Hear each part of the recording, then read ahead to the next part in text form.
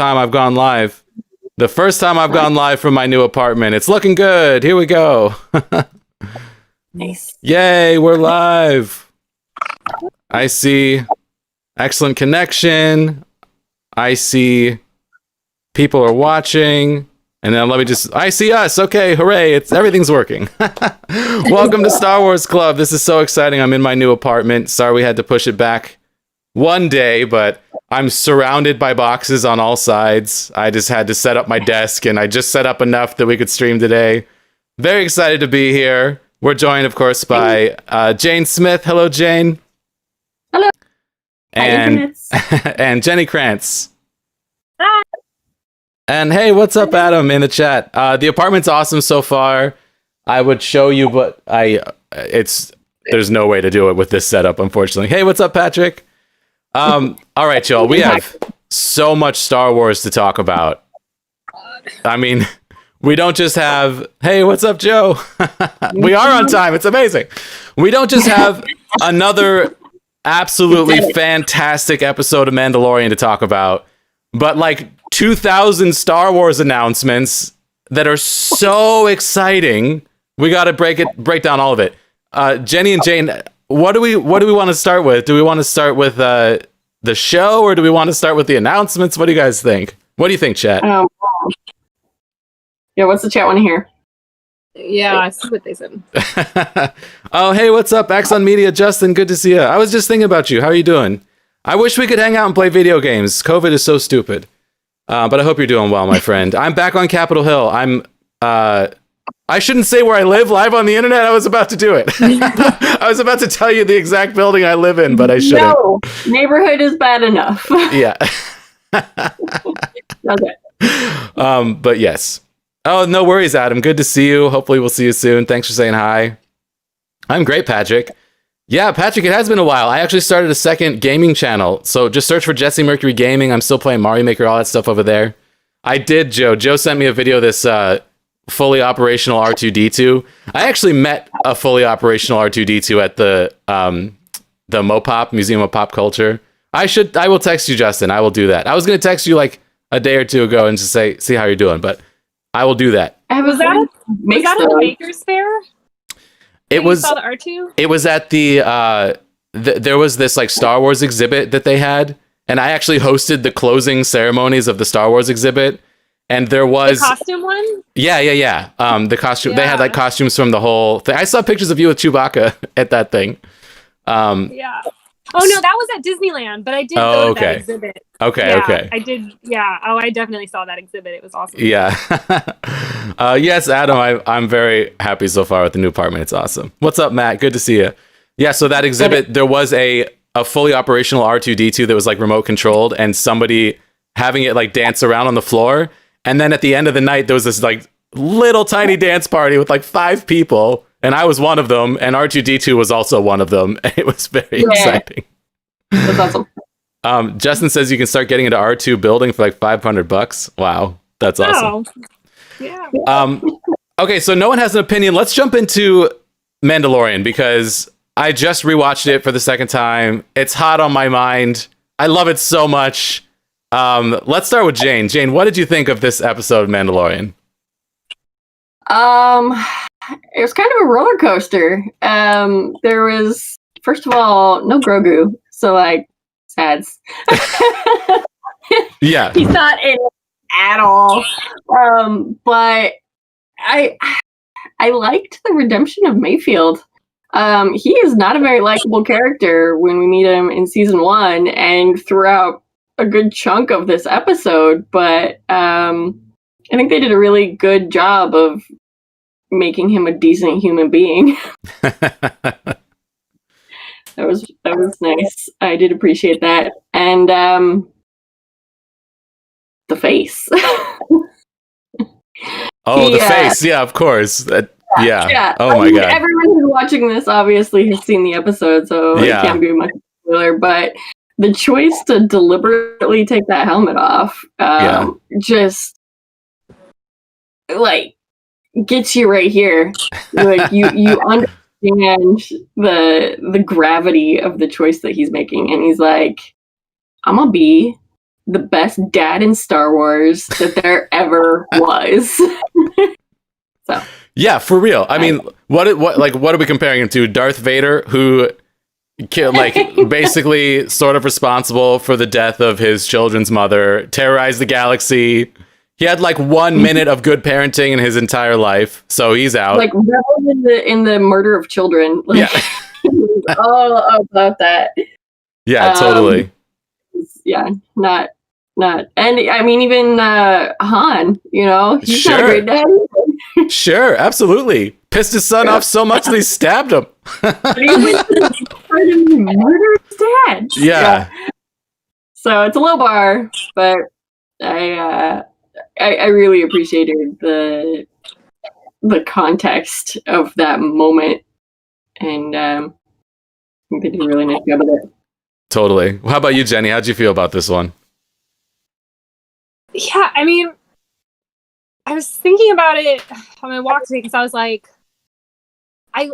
some of the themes in this one really got to me and are things that I've been thinking about a lot recently. Just the it was almost an uncomfortable episode in a lot of ways, like in a good way. Like I think it was really well done, just like the whole season's pretty much been, and I loved it, but it was like, I don't know, there was something else unsettling about the Empire cheering them on as they came in. The fact that they're fighting these pirates after, they see this village, and all the points that Mayfeld brings up about, well, to these people, like the Republic, the Empire, like all this stuff is like hitting a little close to home. And especially like as in this kind of thing, how it just compares to our own political situation. Sure. And a lot of re-examining I've been doing with, just the United States in terms of the world. And then, I don't know, it was unsettling, like seeing them like fighting these pirates that essentially the pirates are kind of like the rebellion. I mean, they are attacking the Empire, and then they're killing... defending their home. Yeah, like they're defending their home and they're killing these pirates, and they're going in and they're being applauded by the stormtroopers. And I mean, like, again, I love all that. Like, it's brilliant, but it was just, I don't know. It was like something kind of unsettling about it to me. But yeah, it was really good. I was thinking like Mayfield's almost like a likable, unlikable character now to me. Like he did really grow on me. I did not like him the first time we saw him, and he's still kind of unlikable, but I did like his like redemption kind of arc, and I thought that was really interesting. There were a lot of good moments. Someone mentioned in the chat, I'm actually this is the first time I'm trying to read the chat while I'm doing the thing, so I'm gonna see how it goes. Yeah, I might be too ADD for this, but someone's bringing up Boba Fett's painted armor, which really like was the first thing I noticed. I was like, did Boba Fett get a makeover? I loved it. Like, I loved it. Paint your armor. It was nasty. It was like you could barely see the colors, Yeah. Oh, I loved it. It was weird. I mean, it makes sense. I think it was kind of probably like him, hey, like I have this back now, like I'm kind of reclaiming this, and we're gonna, I don't know. It made sense, but I do kind of like the more like beat up kind of, I don't know, rustic armor. It was a little weird, but yeah, it'll get beat up. Like a fresh start. It'll get beat up. Yeah, it'll happen. Kind of a little bit when we first saw it, and I mean, it wasn't like pristine in Empire. So right. Yeah. Speaking of Boba Fett, we saw the interior of Slave One, and I absolutely loved it. Yes, cool. I loved it. I was like, oh man, that's so cool. Oh, really good design. When I was a kid, Boba Fett's ship was absolutely one of my all-time favorite starships. I mean, still is, obviously, but the fact that we're like hanging out in that ship and getting to see it, like the inner workings of it. I mean, I had like models of this ship as a kid, and I always wanted to know like what is in this ship? What does the inside of it look like? I was actually upset as a child that I didn't have that information. And the fact that we got it and it was that cool, I'm overjoyed about that. I mean, Starship Enterprise, Millennium Falcon, Serenity, and Slave One are like my favorite spaceships. So I was overjoyed about that. It was so cool. It's such a weird shape. Like, it's such a unique and interesting ship. And so that was really fun.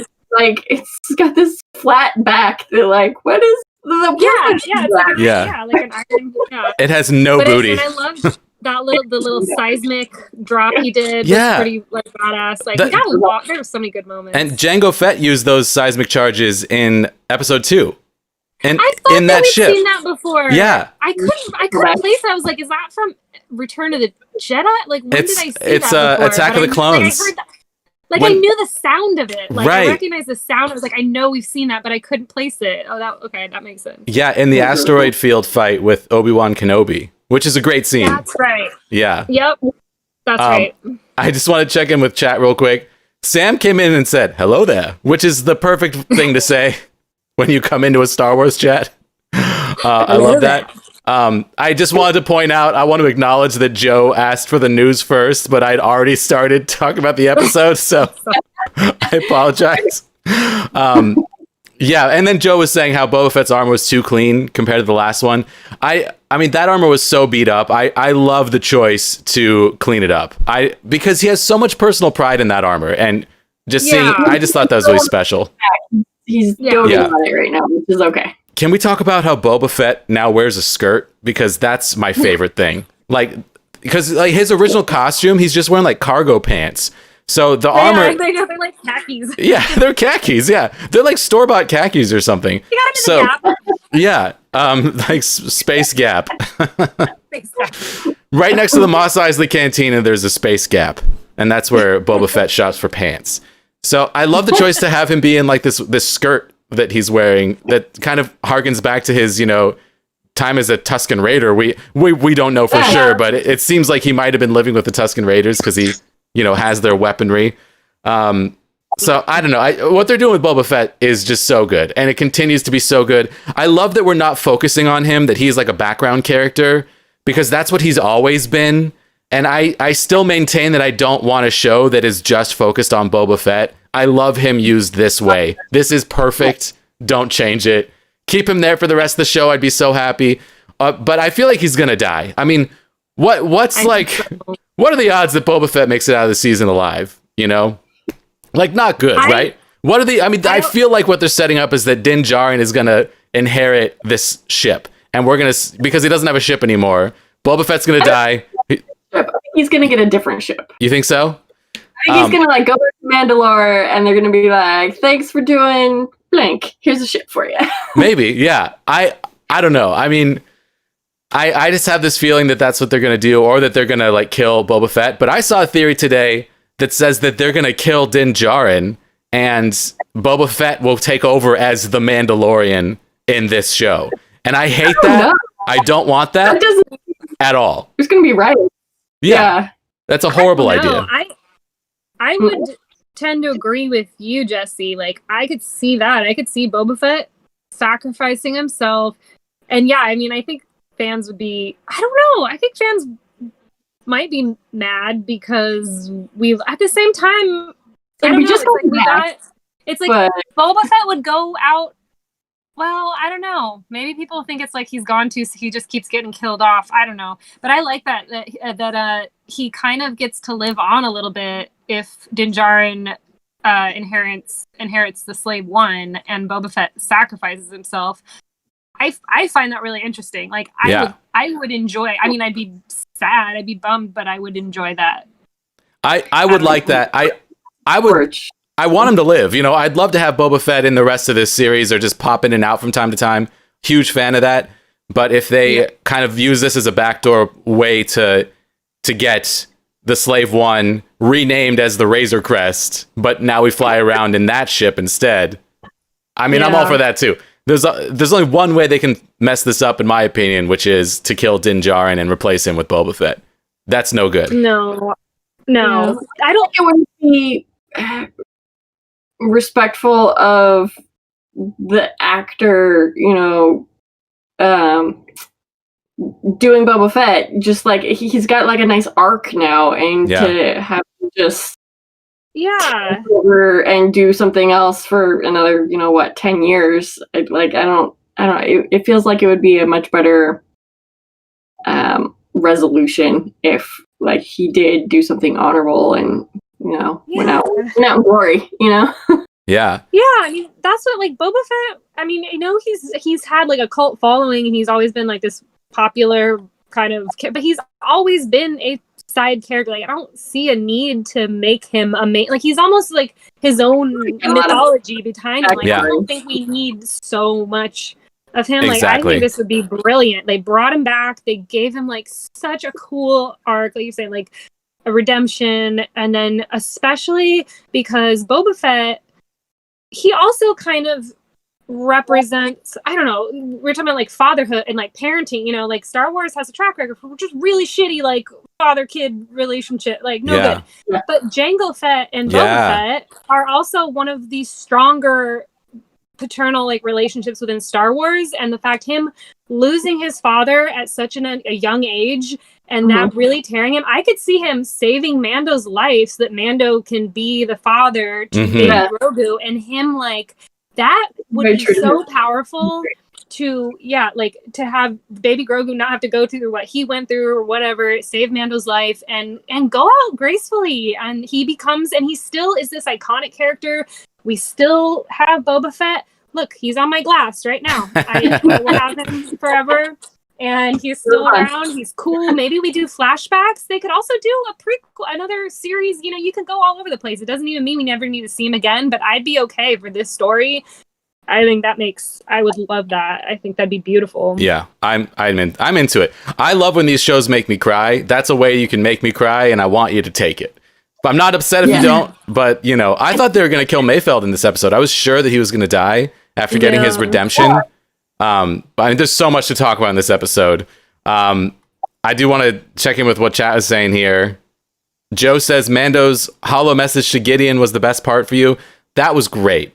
Him just like word for word reciting what Gideon said when he first appeared in the finale of last season. He was like nervous about it. Oh, I forgot that. Yeah. They showed it in the previously on, which is why I remembered it. Oh, I missed that. Yeah, I thought that was really smart.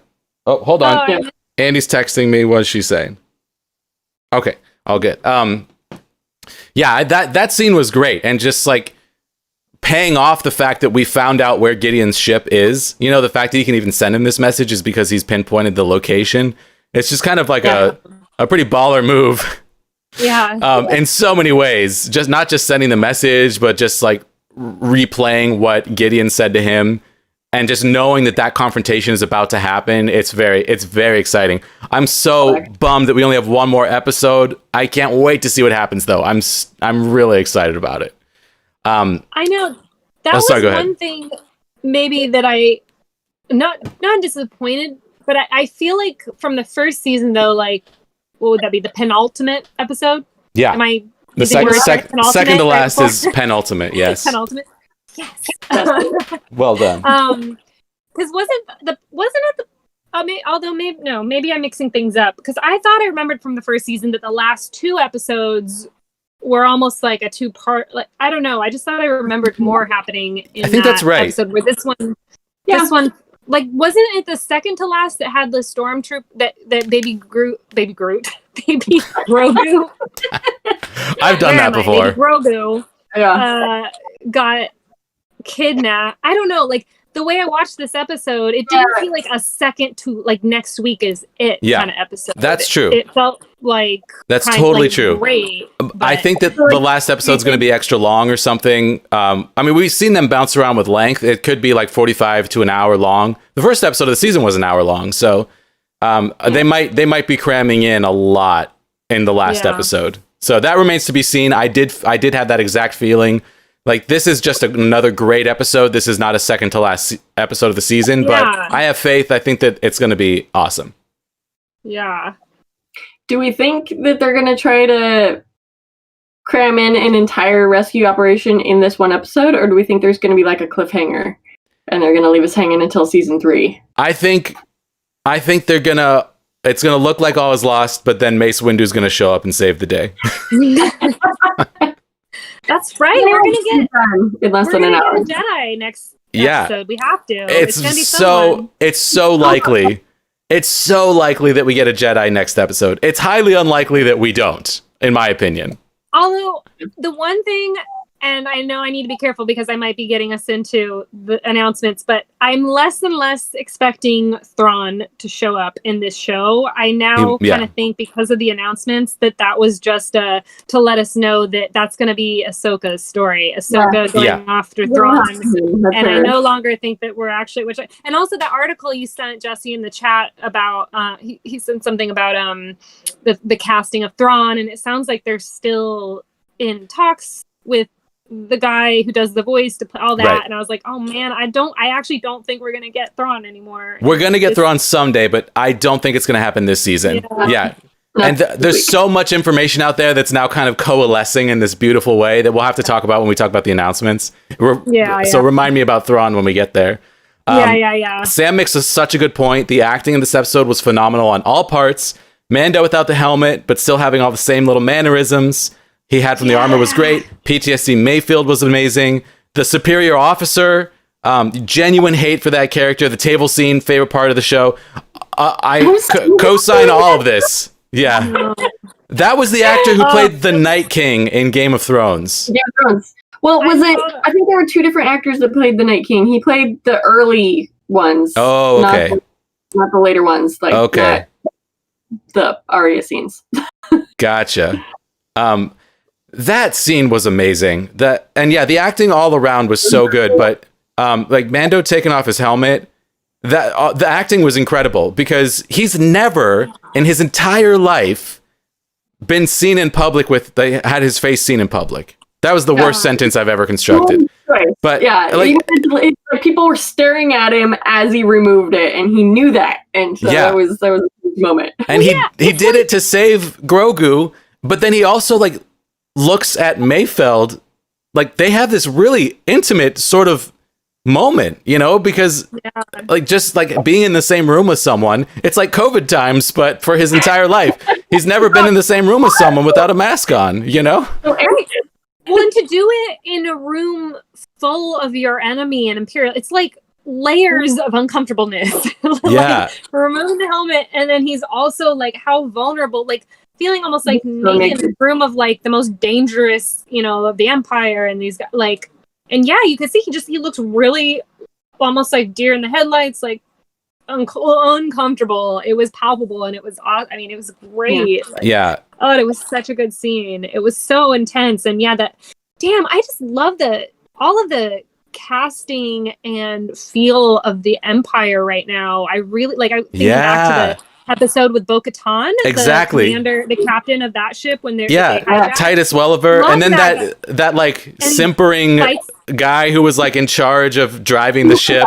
Who was like so good. I wanted a whole spin-off of just that character. I don't even know his name. They're nailing it. It's like they're all carrying like the same like gravitas as freaking Grand Moff Tarkin. Like they're so Imperial. I don't know how to describe it. It's just like I don't know. That guy too. That was such a tense, and he just I don't know. It's just so good. Yeah. Also, the content of that scene was incredible because Mayfeld mentions Operation Cinder, which I looked up, and apparently it's like after Palpatine died, he had left orders to torch his own army. Which is the worst thing ever. Like, if I can't rule, no one can have anything. Right. It's like the ultimate tantrum. Which is so funny because he wasn't even like totally dead. He was mostly dead. We still don't know what that means. But I do think that there's a possibility that we find out exactly how Palpatine came back, or even see him come back in The Mandalorian, like through this whole story with Grogu. I mean, that would be nuts. But speaking of Grogu, this is a really interesting point. It was Justin in chat. He says, I'm afraid Mando's going to save Grogu, but he'll already have gone too dark. He's been force choking troopers left and right. So, and then someone else had, what if Grogu Matt said Grogu with the black saber, with the dark saber taking revenge on the Empire would be cool. So these are some really interesting ideas here. Like, what if Grogu is like turning to the dark side as he's in captivity? That is a real threat for sure. We've already seen him use dark side powers in captivity. Yeah, fear. We know what fear leads to. And Leads to anger. Leads to aggression. And then I forget the rest. There's a couple things. It's in their order, but fear, I think fear leads to anger. Anger leads to aggression. Aggression leads to hunger. Hunger leads to binging. Binging leads to the dark side. I think that's what it was. Yeah, pretty sure. I mean, yeah, that is an interesting, because I mean, it sounds like though he's got a good, like the way Ahsoka described it, that he's had quite a bit of training, so hopefully he's had enough of that in him to. But so did Anakin. Yeah, I know that's training. That's true. Touche. Yeah. Yeah, I don't know. I feel like, God, someone mentioned like Bo-Katan again here. I really I'm just like, how are they going to fit it feels like a lot to do in the next episode. Because I kind of thought we'd get her back in the penultimate episode. Like, that would start connecting to like the Darksaber, unless the Darksaber thing is just going to be something stretched into season 3 and we don't get any kind of resolution. Like, it feels like there's a lot to wrap up. I feel like that was definitely a seed for a whole season's worth of shenanigans. So yeah, I mean they're spinning off 2 shows in this timeline, so there's so much to cover, and we're gonna get it all eventually. But who knows what's gonna happen next week? But I think Bo-Katan coming back in the final episode. Someone mentioned that in chat. I think that is a good bet. I would love that. That would be awesome. I think that could happen. Like, what if Bo-Katan and Mace Windu show up? It's gonna be Mace Windu, I swear. I really want it to be Mace Windu, you guys. Like old grizzled Mace Windu with like long crazy hair. That would be so cool. That'd be great. Oh, like with robot hands. Come on. Robot hands. I think that would be cool. Yoda King. What if his robot hands are lightsabers? You can never drop your lightsaber if it is your hands. Yeah. I mean, I'm actually thinking now after the announcements that Mace Windu would be more likely than, because I said last week my guess is Ezra Bridger, but I now think, now that we've heard about the Ahsoka show, I feel like that whole storyline with Ezra Bridger, Thrawn, all of that is just for that show. And so I don't agree with think you. Ezra is going to be on this one anymore. Like, I think Mace Windu is more likely. Yeah, with Ezra, like so many people haven't seen Rebels, so you have to build up who that character is and why we care about where he is, and tell us all about space whales. And without doing that, it's not like the payoff is not going to feel as good for people who haven't seen Rebels. So they've got to give us some of that backstory in live action, with probably in the Ahsoka show. Yeah. Oh yeah, and also, Joe, this is the other one. A young Sebastian Stan is a young Luke. I think that's I'm between Mace Windu and young Luke. Those are my guesses. Cal Kestis, sure, but like that's my guesses. Those 2. I would love for it to be Luke. I mean, I know that, but it's almost too much to ask for. I know, it's like too much to hope for. Yeah, they're going to keep those worlds separated. I don't know. I also feel like I am surprised at how much I am wanting prequel characters to tie in more. So like I'm leaning more towards wanting Mace Windu, just because the prequels, I've had such a renaissance or something with them lately. I think just because of Clone Wars and stuff. So I don't know. I am liking the ties to the prequels, even though I would freaking love to see Luke Skywalker in any capacity again. I don't know. I don't think so. Because I feel like I've been keeping up on some readings, unless this is like the surprise of the century that they've been working with him. At least from what I've been reading, I thought there were hints of them still talking for like later casting, but that was not. I don't know. Who knows? They could surprise us. Yeah, I mean, that would be the shock of the century if Luke Skywalker shows up. Come on, that would be incredible. That would be just like a joygasm of Star Wars nerdery. It would be so incredible.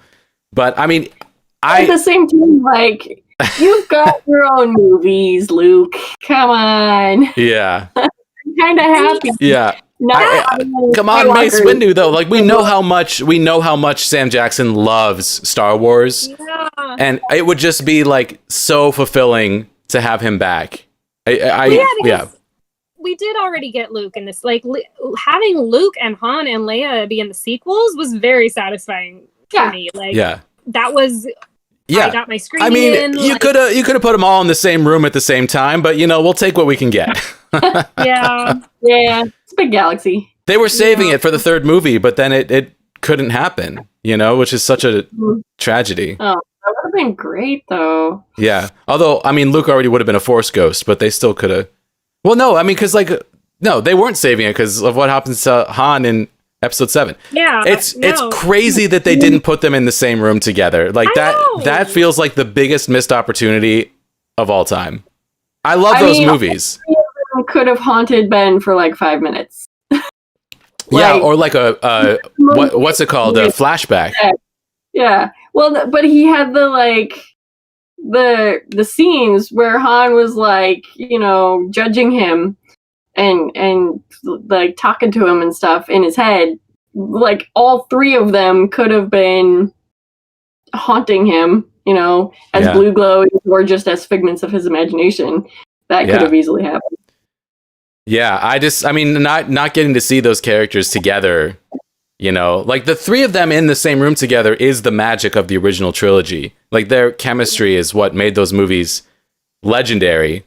And that's what I wanted to see the most out of the sequel trilogy.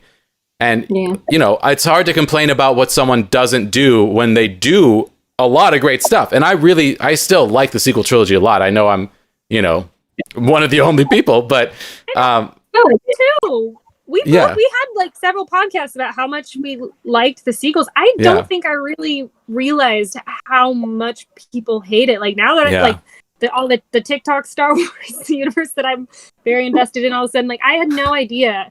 I mean, Rey is like there are women who cosplay Rey who have had to literally like delete their accounts because they're like, it's not even worth cosplaying as Rey because I get so much hate that I've stopped. I've literally retired awful. That character, which sucks because and there's like she is hated. There's a very toxic. I mean, we already know Star Wars has a pretty toxic side. I don't really get it. Like there are a lot of mistakes. They're not perfect. The sequels aren't perfect. Although now I was thinking just before we got on how this like watching this Mandalorian. Okay, like think about in your own life, us as human beings. Right? We're all afraid to fail, but there's this kind of like, you need to fail to learn, to get better, to get to your peak. And maybe it was weird because Star Wars started out so strong, but I'm kind of appreciating prequels, sequels, everything. Like if they just needed that time to get their footing, work out what works, what doesn't, but it brought us here to The Mandalorian. I feel like we really are in this like golden age where they've like kind of just, they're getting it so right that I don't mind the missteps and I don't know. I don't understand why people hate the sequels so much, but I mean, there are legitimate complaints. I think one of them being that also, what's up, Inverse and Amanda? Sorry, I didn't say hi. Welcome. Good to see you guys. I think the most legitimate complaint is that the handoff from filmmaker to filmmaker, there was no pre-planning about where the trilogy was going to go.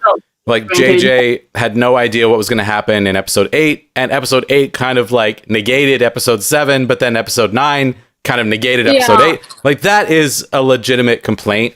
But but the same thing happens in the original trilogy. I maintain that that the same thing happened in the original trilogy. Like the fact that Luke and Leia are related comes out of nowhere in Return of the Jedi, and it was not planned when they wrote episode 4. Episode 4 was originally just called Star Wars. It was not episode 4. It was not A New Hope. It was going to be one movie, and like luckily it was a hit, so they were able to make episodes 5 and 6. What's up, Jane? Wasn't George Lucas always planning on making a bunch of movies, and then he's like, I had to pick. Oh, whoa! We got live action special effects over there. I lost a So this is a good question, and I've done a lot of reading about this and as a kid, and basically George Lucas's story has changed over the years, so it's hard to know what the exact answer is. But the clearest picture we have is that George Lucas had this idea for this sprawling story, and he wanted to make a movie, and he picked the place in the sprawling story that he could tell one self-contained story, and hoping that he could do more, but having no idea if it was ever going to happen. So that's when he made Star Wars, and it was a hit. And then when he was able to make Empire Strikes Back, it was titled as Episode 5. And people were like, what are you talking about? This is Episode 2. And people were so confused. But he retroactively, like for the home video release, called the original movie Episode 4. So very early on, he knew that this was like the middle of the story. If not even from the beginning, he knew it was the middle of the story. But at the same time, like a lot of writers will write backstory for any story just to know what to write, just to help them flesh out a story. So it's like this whole idea that he had this 9-film arc in place at the beginning is false. Like that is not true. He had a general idea of like a broad story, and he had a pretty clear idea that the story he was telling was in the middle. But he did not have the prequels written at all. Like he did not have them fleshed out, besides the fact to know that like Anakin Skywalker turns into Darth Vader. Like that's really what he had some other stuff, like the whole lava planet Mustafar. I remember having an action figure of Darth Vader as a kid that said Darth Vader and Anakin Skywalker and Obi-Wan Kenobi were in a laser battle. What am I saying? A lightsaber battle on the lava planet of Mustafar. Like that was around since I was a kid, like well before the prequels came out. So like pieces of this have been out there, but like the whole separatist army, like the droids and, like the Gungans and Naboo, all of that I'm pretty sure was written when the prequels were written. So yeah. I feel like I didn't have specifics until it was decided to film these movies. And at one point he said there was only 6 movies, and then later he said, well, I think he actually said 9 first. He first said there's going to be 9, and then he said there's only 6. And then he said, turns out there was 9, but then he sold Disney before he made the last 3. But he thought they were going to make his version, because his version was like going into the Force on this like microbiotic level, all sorts of midichlorian stuff. It sounds like absolutely insane. I would love to see it someday, even if it's just like a comic book form. Going down to like see the midichlorians. Yeah, like you were gonna go, it was sort of like Ant-Man style, like go into the quantum realm, but like go into the Force. It sounds interesting, but it also sounds like batshit crazy, and the fans would have hated it. I'm sure. Oh yeah. I'm convinced the fans will hate anything, anyways. Like, there's just. Yeah, someone wrote in the comments or something like every minute you spend reading comments about Star Wars sequels, prequels reduces your own enjoyment of watching them by 1%. I mean, it's actually like one of my friends from New York. Hi, Matt, if you're watching this, I don't know that you are, but he wrote a lengthy, like 8-page breakdown of how much he hated Rogue One, of everything that was wrong with Rogue One, characters, story, and I started reading some of it, and he had some very good points, and I was like, this makes sense. I don't want to read this anymore because I love Rogue One, and I don't want to read all of the whatever cliche, whatever you're reading. I mean, he's like a film guy. Like, he was like a film critic. I was like, I literally don't want to read this because I enjoy this movie and I don't want to hate it. So yeah, that's another announcement is Andor when we get to I know. I'm so excited about that. I mean, if you pick anything apart, it will fall apart unless it's perfect, and nothing is perfect. Yeah. So, but like, what's the point, But yeah, I mean, I'm looking for a particular feeling from Star Wars. Like, I'm looking to be excited and wowed and surprised. I want it to be infinitely rewatchable. I want to love the characters. And almost all, like almost everything that they've made in the new Disney canon has made me feel that way. With some small exceptions, but mostly those exceptions are like moments within movies, not the whole movie. There's like something of value in every movie. So yeah, I'm happy. Yeah, like the sequels transported me. Like, I thought they were a lot of fun. Like, yeah, I think the biggest criticism is, again, there's a disconnect. They don't go together. Someone wrote it's like their directors fighting with each other. Yeah, they're a little messy. But overall, I still love the characters. I love Rey. Like, I relate to Rey. I actually, and I one time in Seattle when I think at the beginning of COVID, I was really depressed and drinking a lot, and I was kept trying to motivate myself. And I remember being drunk one night, and I just wrote on a piece of paper, "Be Ray, be Ray, be Ray," like because I was watching one of those movies, and like I relate to her. Like she's lost. She's unsure of herself. She's got a lot going. She's a very similar character to Luke Skywalker, which is why it bugs me when, these guys, she had no plot line. She had no story. She had no personality. I'm like, I think maybe you just don't like her, but it doesn't, none of everything you've said is wrong. Luke Skywalker. But, I love Rey. I think her arc is awesome. And I get that people liked it better when she was a nobody than when she was a Palpatine, but I think that the very end of that movie when she claims the name Skywalker is a really powerful moment, and I love it. I love it. I think it's so good. I love her kiss with Ben Solo. I love it so much because they're kind of like cousins. It's very Star Wars. I love it. Yeah, it is very Star Wars. It's like, should they be kissing right now? Well, it happened. So. I mean, I my only complaint about this is I didn't like the way it's like she dies, then he brings her back to life, then they kiss, and then he just dies. Like I kind of laughed a little bit. I was like, oh, I don't think I'm supposed to. I don't know. I didn't like that he died after. I wanted him to just live. Also, I just really liked Ben Solo, specifically Ben, more than Kylo Ren, and I wanted more Ben Solo. I did not want him to die. I was just really mad about it. But again, that's just it's a decision, a writer's decision that could have gone anyway. I didn't like the one they chose. Doesn't mean I hate the whole movie, but Ben Solo was like a magic trick. Like that felt so real, Like he's a complete person, and he's only in like 3 minutes of the movie. But sorry, my dog's trying to eat my parents' dinner. Come on. Sorry. Oh, hi. Look at this dog. What a cutie. Oh, cuteness. She's got a Star Wars collar on. She's part of the club. Sorry. My parents were yelling at me. Joe says in chat, there's a rumor that Rey choosing the name Skywalker was because she absorbed Ben's spirit. That's interesting.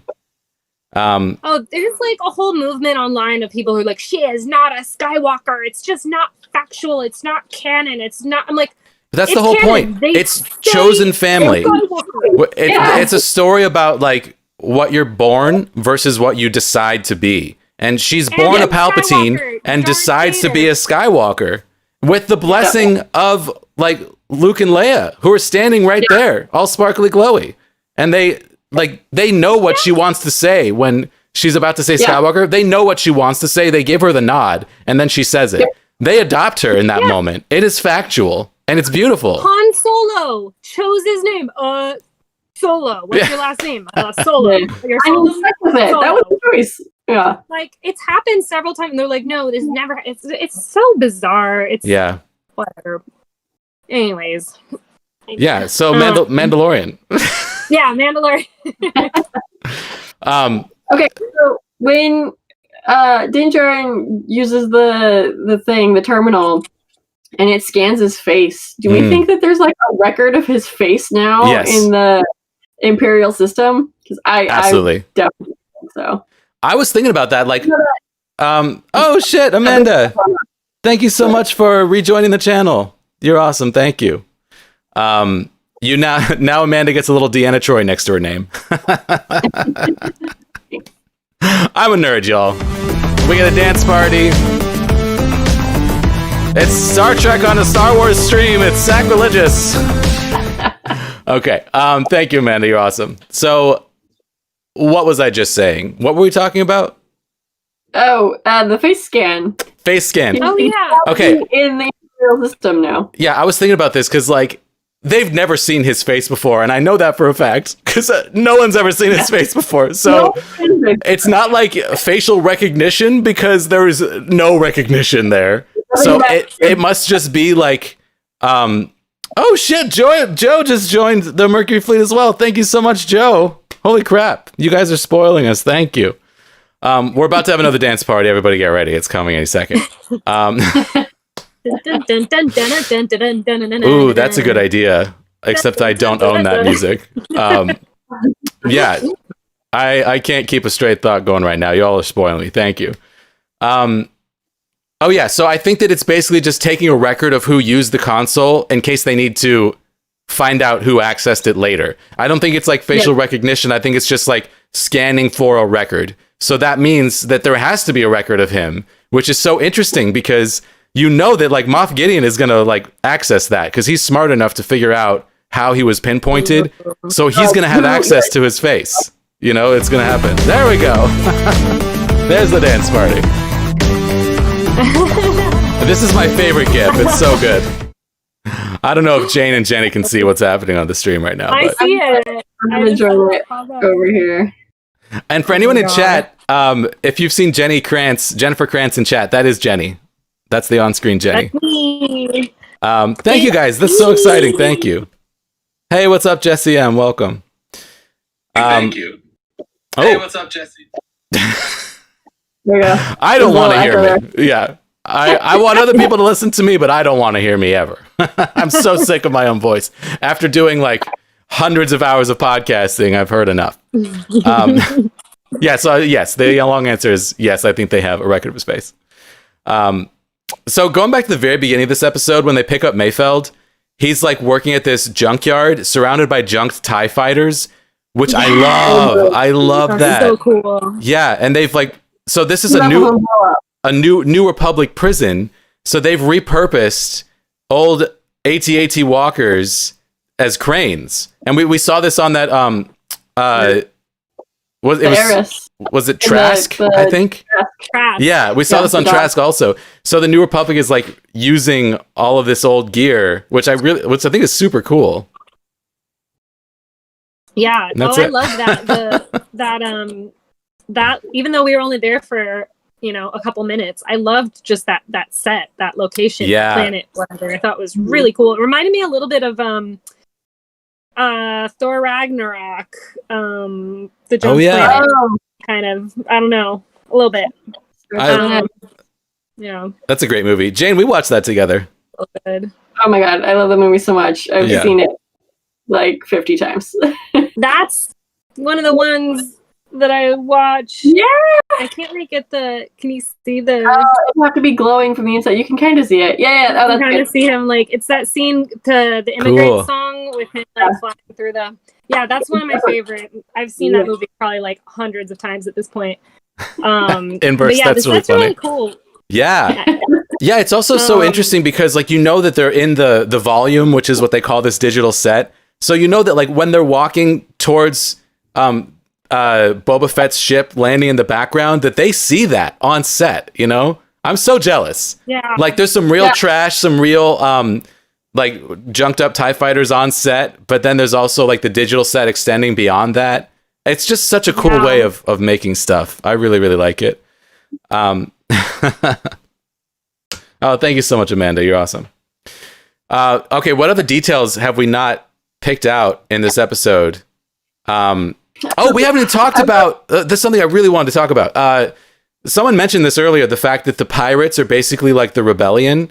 So at first it seems like they're pirates that are trying to steal the Rhydonium, which if you watch Rebels, there's like this whole arc about stealing Rhydonium, and the fuel canisters look just like what we see in this episode, which was super cool. But the people, I thought they were trying to steal Rhydonium, but they're trying to blow it up, which means that they're fighting the Empire, which means that they want the Empire off this planet. And watching it a second time, it was like kind of heartbreaking knowing that that Mayfeld and Mando are probably on the same side as these people that they are fighting to the death, which is kind of tragic. But for their own purposes, they have to keep them from actually intervening. Right. Yeah, that's what made me so uncomfortable. Like this like very moral gray area. Yeah. And also, just before I forget, when you first saw those pirates, did anyone else think of Hondo? I mean, I didn't think they were gonna like bring him in, but I was like, are they bringing in Hondo to this? Like, is he one? Isn't it the same creature? I don't know. Maybe because they just said pirates, and I thought of Hondo, but they have like, the same tendrils. Like, I think they are the same alien. I have no idea, but they should absolutely bring in Hondo. That would be so cool. I thought, I mean, I was like, that's kind of a stretch to have him on there, but I'm pretty sure it was the same alien.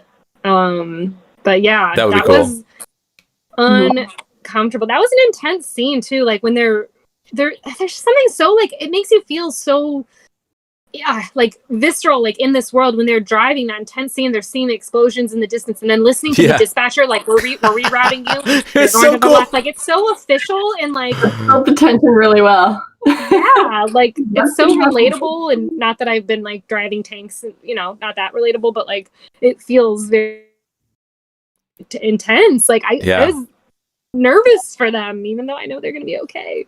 Yeah, and people are talking about this in chat, but that moment when the TIE fighters come and save the day, it's the first time in like the 40-year history of Star Wars where people on screen and the audience off screen cheer because TIE fighters have arrived. Yeah, like it's really crazy. They have a record on it with Mayfeld like saying, it's the first time you're excited to see stormtroopers. Yeah, totally. Yeah. And they've been kind of building that theme already with the whole idea of Mayfeld saying like New Republic, Empire. It doesn't matter to these people on this planet. It's just people coming in and trying to like rule over a planet where they don't belong. You know, like why can't planets rule themselves? So yeah, so that was a really interesting way to set up this story.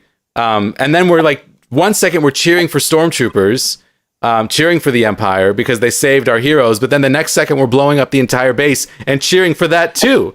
And it was just a really, really great, like, it was a great deconstruction of war, because like Star Wars is a war story, and you wouldn't know it unless you'd seen Rogue One, because that's the only movie that's actually a war movie.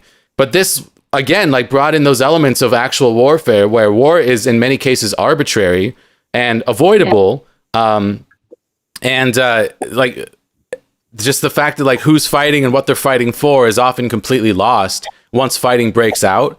So I the way that they kind of develop those themes and then set the backdrop of Operation Cinder and Mayfeld like shooting the superior officer and knowing that like in that moment where that Imperial officer says like, this Rhydonium, we're going to cause so much havoc with this, that's when Mayfeld decides he's got to blow up the entire base, because he would then be responsible for delivering the Rhydonium that they were going to use for, you know, nefarious means. So I just thought there was so much like beautiful subtext in this episode. I felt like it went a little bit more like intellectually deeper into what is war than Star Wars usually goes. And I love that. I think that's absolutely fantastic. And I think that's why this episode really stands out to me as being so awesome. Yeah. And I also just, only because I don't want to forget to bring him up, but I really loved the teamwork dynamic with Fennec and Cara Dune too. Yeah. Just like so easy, like they're just such badasses, and them being like the sharpshooters working together, and then like, hey, you take this, I'll get these guys, and they're just like so on point. And then between those two, and then you know, Mando and Mayfield inside, and Fett with the Slave One, like I love this team so much. You know, I wanted to keep going. When the two girls were on screen with like the heavy artillery, and they were just like, we got this, you guys do what you got to do over there, we got all of the outside taken care of, and they were just like sniping them. I loved it. Like I don't really like guns, but that whole scene, I was like, I love what they're doing with these ladies. It's so good. Yeah, when Cara Dune like breaks into the transport and knocks out the drivers, that was hot. Like I don't want to like, you know, I don't mean to belittle anyone, but I turned to Andy when we were watching it together. I'm like, that was really hot. You know, I've never seen, you just don't see anything like that. It's so badass, so great. I love it. I'm loving the female characters in this, like both of them, and they're also just not. I love that these series are getting away from the kind of like a little overly like, again, not to, because it was hot, and trust me, I found Mando with his helmet off very attractive. So hot! Oh my god! Like, he like pulled that helmet off, and I was like, damn. Yeah, that's okay. There's nothing wrong with that, but I do like that they're just moving towards more developed, interesting female characters. Like Cara Dune is not inherently like sexy, like they don't have to be like slinky and like cat suits. Like their outfits are armor, like they're reasonable. Right. God, you have no idea how exciting it is to see women not wearing heels when they are fighting. Like they're wearing practical armor. Like, and Marvel, I love you, but every girl is in like wedge heels so that she can have, you know, her butt sticking out a little bit more. Yeah, I love Black Widow. Do not need to be wearing those stupid boots. Yeah.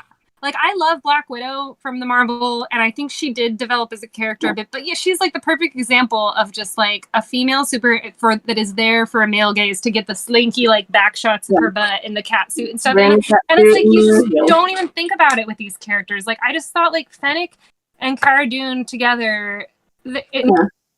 I just at no point are they ever damseling, or are they ever just like, oh, talk about boys. Yeah, and there's no ridicule towards them. Like even like the banter between the male characters and the female characters is just very good. Like Mayfeld makes things like, oh, but when Mayfeld, in fact, when he first said something about like, oh, but you're fun, and like I thought he was gonna make a sexual joke, like, oh, but you're fun in the sack or something like that. Instead, he's like, oh, I bet you're fun in one of these, like just meaning like, dang, like girl, like. I don't know. I love them so much. I just love that team up. The two of them are so good together. They're little sniper sharpshooters. It's great. I want more Fennec. And also, like, if anyone watched the Bad Batch trailer, Fennec was in that. Like in her armor. Like the armor that she wore in season 1 of The Mandalorian, like that helmet where you could only see her eyes. Yeah, she's like in the Bad Batch. That's gonna be awesome. That's so cool. So cool. I didn't catch that the first time I saw it, and I watched the trailer again, and I was like, wait a second.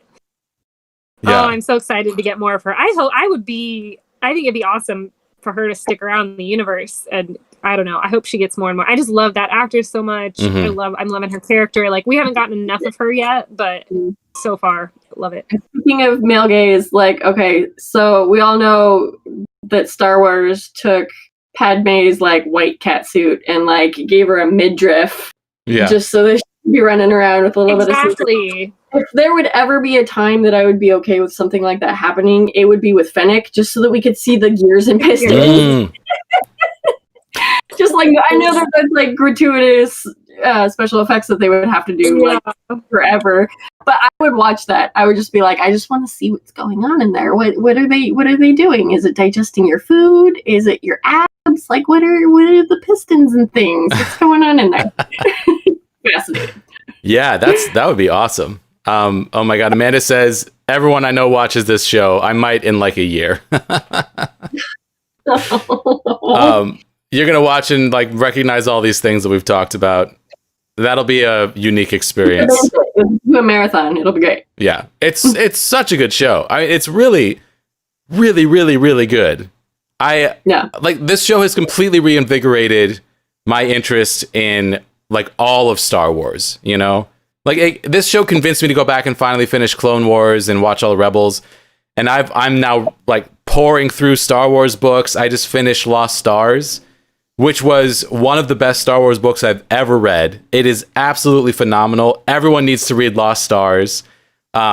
It tells the story of two characters who are not in any of the movies at all, but they grow up like going to the Imperial Academy. And I'll give you some very slight spoilers here, but you see the original trilogy through their eyes as Imperial officers. And it's awesome. It's so good. Like growing up, idolizing the Empire, and then slowly seeing like these atrocities committed and questioning, should I be in the Empire? It's really, really fascinating. And I finished that book right before I watched this episode, and there's very similar themes of, you know, who are the good guys, who are the bad guys. There's this Empire who's trying to, you know, promote order, but they're doing so through, you know, like genocidal means, but then they're lying about it to the galaxy at large. You know, they're spinning it. And it's very similar to what's happening in America right now, where like people are doing atrocious things, but then spinning it in a way where it's the other person's fault. Like like the destruction of Alderaan in this book, they basically said that like the entire upper echelon of the Alderaanian government had betrayed the Empire, so the whole planet had to die. Like that's like what they tell everyone, and they talk about it like, you know, like weapons of mass destruction being a deterrent. They're trying to end the war before it starts, so it was a justified action to destroy an entire planet. It was really, really interesting. Everyone needs to check out Lost Stars. Fantastic book. Oh, I can't wait to read that. Yeah. Orwellian logic there. We've always been at war with Oceania. Yeah. Yeah, totally. I mean, propaganda is a very dangerous thing. Like, we all are consuming propaganda all day, every day. Especially, I mean, like, ads are propaganda in a way. And, like, Facebook is now, you know, learning your behavior and learning what ads to feed you. So we're all getting personalized propaganda and political propaganda through Facebook, through personalization. Like, you know, it's a scary time, and we all need to be thinking for ourselves. And, you know, we gotta get some new laws passed to prevent the type of things that are happening. It's scary, but we'll see. I don't know. We don't want to get too political here, but Facebook is being sued by Democrats and Republicans right now, which I'm very excited about, because I'm still on Facebook. I keep saying I'm going to quit, but I can't, because like they have me, like they got their hooks in me, like they do the rest of us. So I just really hope that there is some sort of reform so that I don't have to feel so bad about using it. Yeah.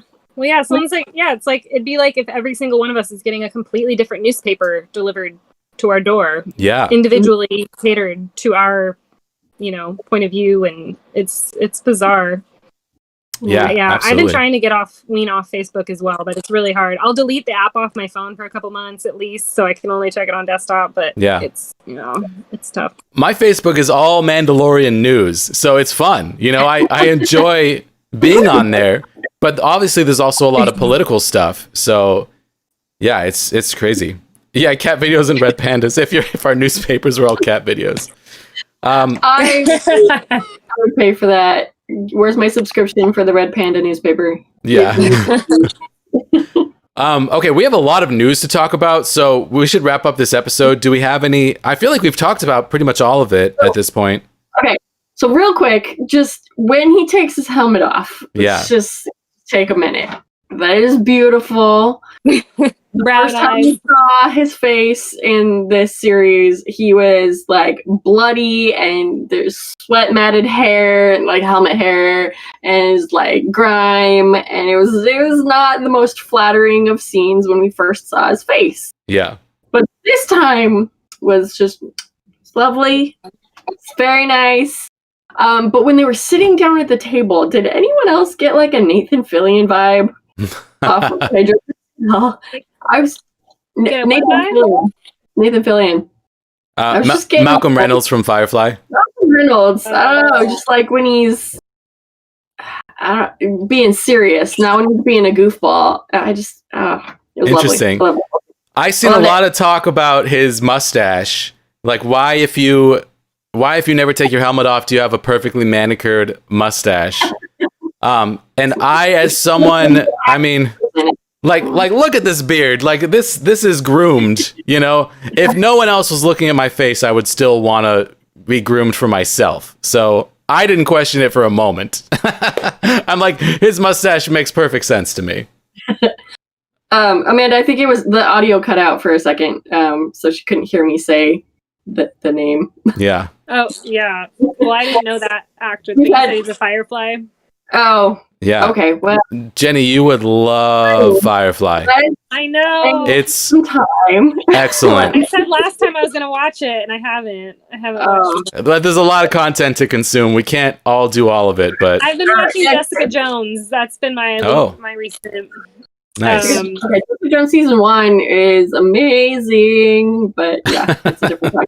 Someone brought up also though one of my favorite quotes. Yes, thank you for bringing that up. When he's like, when Boba Fett's like, I can't go in someone might recognize my face or something like that. That was like one of my favorite lines. He deserves an Emmy for the delivery of that line. It was so good. I know. and I didn't do it justice, but it was the tone, everything was perfect. Oh, Yeah. It was so good. Yeah, also like confirmation that Boba Fett knows that all stormtroopers were clones of him. Like that's something that like he was a kid, like does he understand that, you know? But now I want to know more about what he thinks about the fact that there was like millions of him running around the galaxy. Yeah, he probably looks down on them because they were altered and he was not, you know, like they had this control chip, he does not. So, but that's just such an interesting story. I mean, this is, man, so many of the things that I wished for as a child have happened in this season of Mandalorian. Just like getting to see inside Boba Fett's ship, like finding out definitively that he survived, getting to see Boba Fett in a skirt. It's all happening, people. It's all so good. And just like having a live action Star Wars TV show that is like better than all of the than most of the movies that they've put out since the original trilogy, you know? I mean, arguably maybe even better than Return of the Jedi, which is a great movie, but like Mandalorian is really, really high-end Star Wars. It's so good. So good. All right. Well, shall we rate this and then get into the news? Because we got so much to talk about. There's a lot of news. Yeah. I liked it. I didn't think it was like the best because you've got a kind of great amount of curve. Like it wasn't like Crate Dragon, and it wasn't like Baby Grogu on a seeing stone with droids coming in to swoop him up and the Razor Crest blowing up. But I liked it. It was a solid filler episode. So I'd say like, I don't know, maybe an 8. Nice. Think about it. I mean, I'm torn because, like overall, I don't think it's an episode I would rewatch a lot. It wasn't one of my favorites, and yet, but the subject matter that kind of graying the area again between like who are the good guys, the bad guys, the weird flip of them being celebrated by the Empire, and all of that I just find so interesting, and I want more of that in Star Wars. I don't know. So I'm gonna give it a 9 because I can't give it a 10, but I just really like the themes that it explored, even though it wasn't my favorite episode. Yeah, I mean, they took a character that I actively disliked in Mayfeld, and they made him awesome. I mean, he's great in this episode, and I was like, all right, I'd watch a Mayfeld show. His whole arc is really, really satisfying. It gets into like what is war, like what is the good and bad of war, like whose side are we on, which Star Wars almost never does. And to me, that enriches everything. We get to see inside Boba Fett's ship, and there's like good humor. Mando takes his helmet off. This is a 10 out of 10 episode, people. This is so good. I love this episode so much. Yeah. I've already watched it twice. I feel like it's very rewatchable. I even liked it better the second time because I was picking up more of the subtlety and the details. The performances are exceptional. Like all the main cast, the guest stars, every single person on screen is completely selling that they are actually in the Star Wars universe, and I buy it. So I really, really love this episode. This is another 10 out of 10 for me, which is my third of the season, I think. It's been such a good season. It's just such a hard. Yeah, there's so many great episodes. Like again, I would give 10s to like episode 3 was still my favorite. The one with Bo-Katan. I love that world. There's so many good ones. It's just so hard to like. I don't know, but it was phenomenal. Like I really hope they do more of this theme and this kind of again exploring these morality questions. And I really loved it. Yeah, the whole. Go ahead, Jane. Sorry. The whole season has set a really high bar for television. Yeah. It's hard to have lows when every moment is good, but I'm trying to grade them on a scale, so I gotta give a little bit of buffer because it's not my favorite, but still very good. So. Totally. I respect that answer for sure. And I love that we've opened up this world in which, Mando has chosen to take his helmet off. And he wouldn't have done that, I think, if he hadn't have heard from fellow Mandalorians that not all Mandalorians do this. And I think that's been like kicking around in his head for the last couple of weeks. Yeah. To the point where he recognizes that if it's Grogu's life or his face, he's obviously got to choose Grogu's life. So I just think that that's so cool. And like his fundamentalist beliefs being chipped away at as he gets more information out here in the galaxy, now that he's not living in a Mandalorian covert anymore. And he's like made this real connection with Grogu that is like so powerful and so important to him. Like this father-son bond, even though his son is older than he is, and small and green. It's just, I just love it.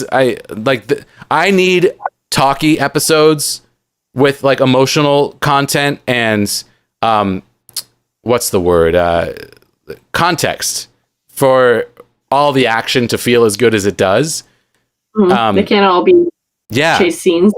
Yeah, like we can't fight a crate dragon every week. And that episode has very little emotional stakes.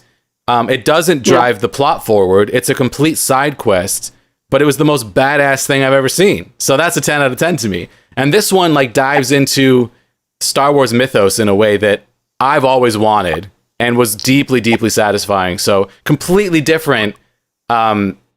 Definitely like not as exciting as the Crate Dragon episode, for sure. Not as impressive of a feat of television, but has like some real emotional depth that I'm super stoked about. Yeah. For sure. Yeah. Okay, well, let's get into the news because hot damn. What day was this? Dude. Was it Thursday last week? It was Thursday. Yeah. Okay, I was in the car on the way home from the doctor's office, and I popped open Twitter, and I saw like the first of these announcements, which was Rangers of the New Republic and the Ahsoka show. Those are like the first things they announced. And then I just kept like frantically refreshing my feed and then screaming because new things were popping up. Like I was watching Twitter as this was happening. And by the time we got to Rogue Squadron, I felt like I was going to pass out because this was like the biggest day of news in the history of Star Wars. I mean, this was like big. This felt like bigger news than when we found out they were making a sequel trilogy. You know, like this was insane. Yeah. I was trying to describe it to some of my friends who are like not into this. Like we have like a Marco Polo group, and I was like, the closest thing I can think of, like, okay, like if you were like someone who's like born and raised in Chicago and you're a Cubs fan like your whole life, and then the Cubs winning the World Series, like I guess like that's what this was for like Star Wars fans. Like it was just, I mean, like people were like crying that I saw online, like learning that Anakin's coming back. I mean, it was just like it was Christmas fucking morning. Like it was. It's nuts. I don't know whether I even like the way they did this or not, because especially someone like ADD, like I get very overwhelmed, like bombarded with so much information. I was just like, I should have, like it was just like one thing after another, and between the Marvel announcements too, and all the Star Wars, like I couldn't, like my brain was broken, like I was exhausted by the end of the day. Yeah, but it's so exciting. It's so good. So many announcements, and like at the same time, Facebook is getting sued for antitrust violations. And I'm over here like, Disney is taking over. Has taken over all of entertainment. And they're now putting out like a huge amount of what people are consuming for all of their entertainment. I was like, what? Yeah. Yeah, that's a real concern. Is like one of these days Disney's going to be sued because like they bought Fox and now they own everything, and now they're making a Fantastic Four movie because they own that again. There's talk in chat about the teaser trailer for Obi-Wan. That is a fake. That is not real. That came out years ago. Yeah, there's a really convincing one that used footage from another movie that Ewan McGregor was in, where he was in the desert, basically dressed as Obi-Wan Kenobi. It's a real movie, but it's not a Star Wars movie. I don't know what it is, but there was a title reveal. There was a title reveal, and that's it. There's like a trailer for Kenobi that came out years ago when they very first announced that there was going to be this Kenobi show, because this has been in the works for a while. But then that trailer was trending on YouTube on the day that these announcements were made. So a lot of people saw it and thought that it was new because it popped up on everyone's YouTube on the same day. Like I saw it on my YouTube feed. I'd seen this trailer years ago. It's a very convincing. It's one of the most convincing fan trailers I've ever seen. Yeah. Yeah. It's really it's really pretty spot on. Yeah, But, and it really makes me want to see the show, even though it's like not a real trailer. I mean, Kenobi is the thing that I'm most excited about, probably. Like I do think I was surprised how happy I was to hear that Hayden Christensen is coming back. Like I think that's awesome. I love it. And I'm really excited because even though I kind of hated his character when it first came out, I did not like the prequels. They've grown on me. He's grown on me through the Clone Wars. And I always thought that Hayden Christensen is a good actor. I've seen him in other things where he's good. Like I want him to have a second chance. Like and I really think that with the right writers and Deborah Chow acting Kenobi, which makes me really excited because I loved her episodes of The Mandalorian. So I'm thrilled. I can't wait for that show. Yeah, how do we think that that's going to happen? Because he's going to be Darth Vader. Like, is he going to are we going to see him in his, like, weird chamber, his weird egg, where he, like, is out of his suit, where he's getting misted by Bacta spray or something? Or is it going to, I heard a theory that it could be like Iron Man, where you see inside of the Iron Man helmet. It could be something like that, where it's like his messed up face. Flashback scenes, yeah, I saw that theory as well. I think what I want is what happened in Rebels, where he was fighting Ahsoka and his mask got messed up and you saw his eye underneath. You could see a piece of his face when his mask got messed up. Oh, that was powerful. But no matter how they do it, I'm so excited. I hope that they get James Earl Jones back to do the voice. That would be super cool. Yeah. I'm very curious. Like, some people were saying they're imagining maybe just like maybe there'll be some flashbacks or something of him as Anakin, or maybe him like leaving the helmet on the whole time was a recent thing. I don't know. Who knows? Maybe they find like Kylo Ren. He just takes his helmet off and we get to see Hayden Christensen. Yeah. One thing I wonder. So Kathleen Kennedy said, this will be like the rematch of the century or something, so we're knowing there's going to be like a big battle. They're going to fight. One line that never really connected for me or felt like a disconnect. When old Obi-Wan is talking to Luke and he gives him the lightsaber and says, your father wanted you to have this when you were old enough. And then you think about like the last time Hayden's going, I hate you, and he just takes the lightsaber. Like, he didn't tell him, give this to my son. Like, that didn't happen. So I wonder though if that somehow comes into play afterwards and he's actually, I don't know. Yeah, in canon, in the Disney continuity, they did this in a comic book where Darth Vader finds out that Luke Skywalker is his son in between episodes 4 and 5. So he doesn't know. I don't think he even knows that he has a son, and he thinks that he thinks that his kids died with Padme. He finds out that they're alive between episodes 4 and 5.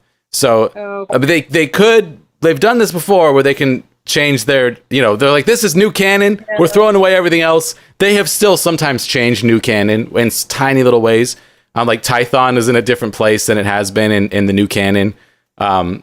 So it's possible, but I always felt like that was just like Obi-Wan.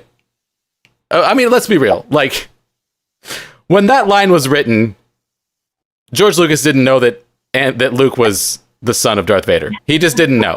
He figured that out when he was writing episode 5. So there's a lot that like that whole speech in episode 6, like from a certain point of view, that's basically George Lucas buying himself a get out of jail free card for anything that Obi-Wan Kenobi said in the first movie being from a certain point of view. So from his point of view, if your father knew you were alive and wasn't a heartless monster, he would have wanted you to have this. It's just wishful thinking on Obi-Wan's part. Good night, Amanda. Thanks for hanging out. Okay, well, we gotta go through these. I actually pulled up the whole list of everything. So, Rangers of the New Republic, an original series set within the timeline of The Mandalorian, and Ahsoka, another original series set in the timeline of The Mandalorian. So The other thing that they've announced is that all three of these shows that are going to be within the same timeline are going to cross over in a massive crossover event, kind of like the Defenders on Netflix. Oh, I didn't see that. This is where I think Thrawn is going to come into play. I think that Thrawn is going to be the big bad, Thanos style, and that they're going to interlink with Thrawn kind of being a piece of all three of the shows. That's my guess. Or the return of Palpatine. Like, maybe Palpatine coming back to life is like the big... one of those two things, I think, is what it's going to be. Yeah, because there were a lot of ships in that scene. Everybody showed up. Yeah. But that's too far. I feel like it's too far in the future. Yeah. I pulled up this list and this website is now frozen. Oh, did anyone else watch the Patty Jenkins like reveal? That was so Yes. beautiful. Loved it. I loved that so much. Her little personal connection to that. I'm so excited that she's involved with that. I loved Wonder Woman so much. Did such a good job. And Yeah, I'm really excited for that. just such a cool like visual reveal. I mean, yeah, she was telling a personal story and it was great and she's really excited about the project, but then just like the last few seconds she was just like, That was brilliant. I thought that was brilliant. Like connects personally. Like, I mean, that's what I like to see. Like, I think for me, I loved that. Even though I still know, like Disney owning all of this, it does change it a little bit. I mean, it's such a like behemoth. Like this. Is that the word I'm looking at? I don't know. It's like but huge, behemoth, yes. Behemoth. Thank you. Behemoth. I said behemoth. Behemoth. Behemoth. That's a good name for a droid. yeah. Right? Behemoth. But that's why I really like though, like what keeps me connected to Star Wars is often when I feel like, okay, yes, there's these giant corporate, it's this big machine now. It's become the Empire a little bit. But the individual creators like that I see myself who are just like fans like we were that grew up with it and are now making art out of Star Wars and their passion. Like, I don't know. I really like that connecting. Like that Patty Jenkins little promo thing for me was really hit home and was brilliant. Cause like, I don't know. That's what I want to see. Yeah. We talked in an earlier Star Wars Club about how much I loved the Rogue Squadron book series. And I've always wanted a Rogue Squadron movie of some kind. Like that's really, really exciting to me. That might be the most exciting announcement to me was Rogue Squadron. Like that's the one that just hit me out of left field. And also like we've had no idea what the next Star Wars movie is going to be because they announced this Rian Johnson trilogy that's kind of disappeared. They announced this Game of Thrones creator trilogy, which got officially canceled because everyone hated season 8 of Game of Thrones. So yeah, like no one talks about Game of Thrones anymore. It was like it got like wiped off the face of the planet. Like it was like the season ended and no one talks about it anymore. No one cosplays as Game of Thrones. No one talks. It's like that which should not be named. Yeah. So yeah, we just haven't known what the next movies are going to be, and the fact that it's going to be a Rogue Squadron movie, and if that's successful, it's probably going to spin off into more. Oh my god, that's so cool! Like that is so good. Yeah, the movie announcements like that, I like that they're doing it because to be honest, like I don't think we need another. Well, I mean, I know the obvious. Okay, it was 9 films first, but I don't need another movie in this. Like, I don't want another Death Star. I don't want another like same kind of like hero's journey. Like, done. I love the hero's journey of it, but I am excited that they're exploring like different, areas of the galaxy, and then it doesn't need to hinge so closely to the original formula of the original 3 movies. Mm-hmm. Yeah, they've already done that several times, and to do it again would be a mistake for sure. But yeah, I'm so excited about both the Ahsoka show and the Rangers of the New Republic show because I love this time period. I mean, this is the time period that I want more from, which is the post Return of the Jedi, pre Force Awakens. Like that's what's always excited my imagination the most. That's like what I read all of that canon about as a kid, what's now Legends canon. Like post Return of the Jedi, that's all I want. Like building the New Republic, I just think that's such an interesting time period. And that's where Mandalorian is set 5 years after, the fall of the Empire and the First Order is about to rise. Like this is the time period that I am so excited about. So the fact that we're now going to have 3 active TV shows in that time period is incredible. And connecting with each other is so awesome. But I was gonna say the Cassian Andor show I'm really excited about too. Yeah. One, because I love like spy thrillers, and that's what it's supposed to be. Because that's another one of my favorite time periods. Like I love that whole period right before. I know, too, it's like so the good. Rebels TV show and Rogue One. Yeah. That. So I'm really excited for the Andor show, and it looks beautiful. The artwork we saw. I pulled up the announcements on my phone because that website crashed because my computer's like, I'm streaming, I can't do anything else. And yeah, Andor is the next one on the list, and they did have this like sizzle reel for Andor. And K2SO is coming back for that. Alan Tudyk, who awesome. Jenny, he's in Firefly. So now you have to watch Firefly. I have to watch Firefly. He was my favorite droid. Not a big investment, there's only so many. There's only 14 episodes and one movie. Okay. Watch the show first. I'm just going to say this right here. I'm going to start Firefly before the next time we record a podcast. I'm going to do it. So you can hold. So I need accountability. Okay. I'm going to watch it. You watch Firefly, and I'll get back into Clone Wars. Nice. And Jane, if you want to skip around, let me know, and I can try to help you find the right episodes to watch. Yes. Okay. So I did watch some. I watched a couple of the episodes with like Obi-Wan and Satine, and then like a few of the more important Ahsoka episodes where she like develops as a human being. Yeah. But yeah, if you can tell me which ones I should definitely not miss. We'll have to chat later. We can like sit down with the episode list, and I can see what you've seen and then tell you what I'd recommend. For sure. Okay, so Andor is going to be a prequel to Rogue One.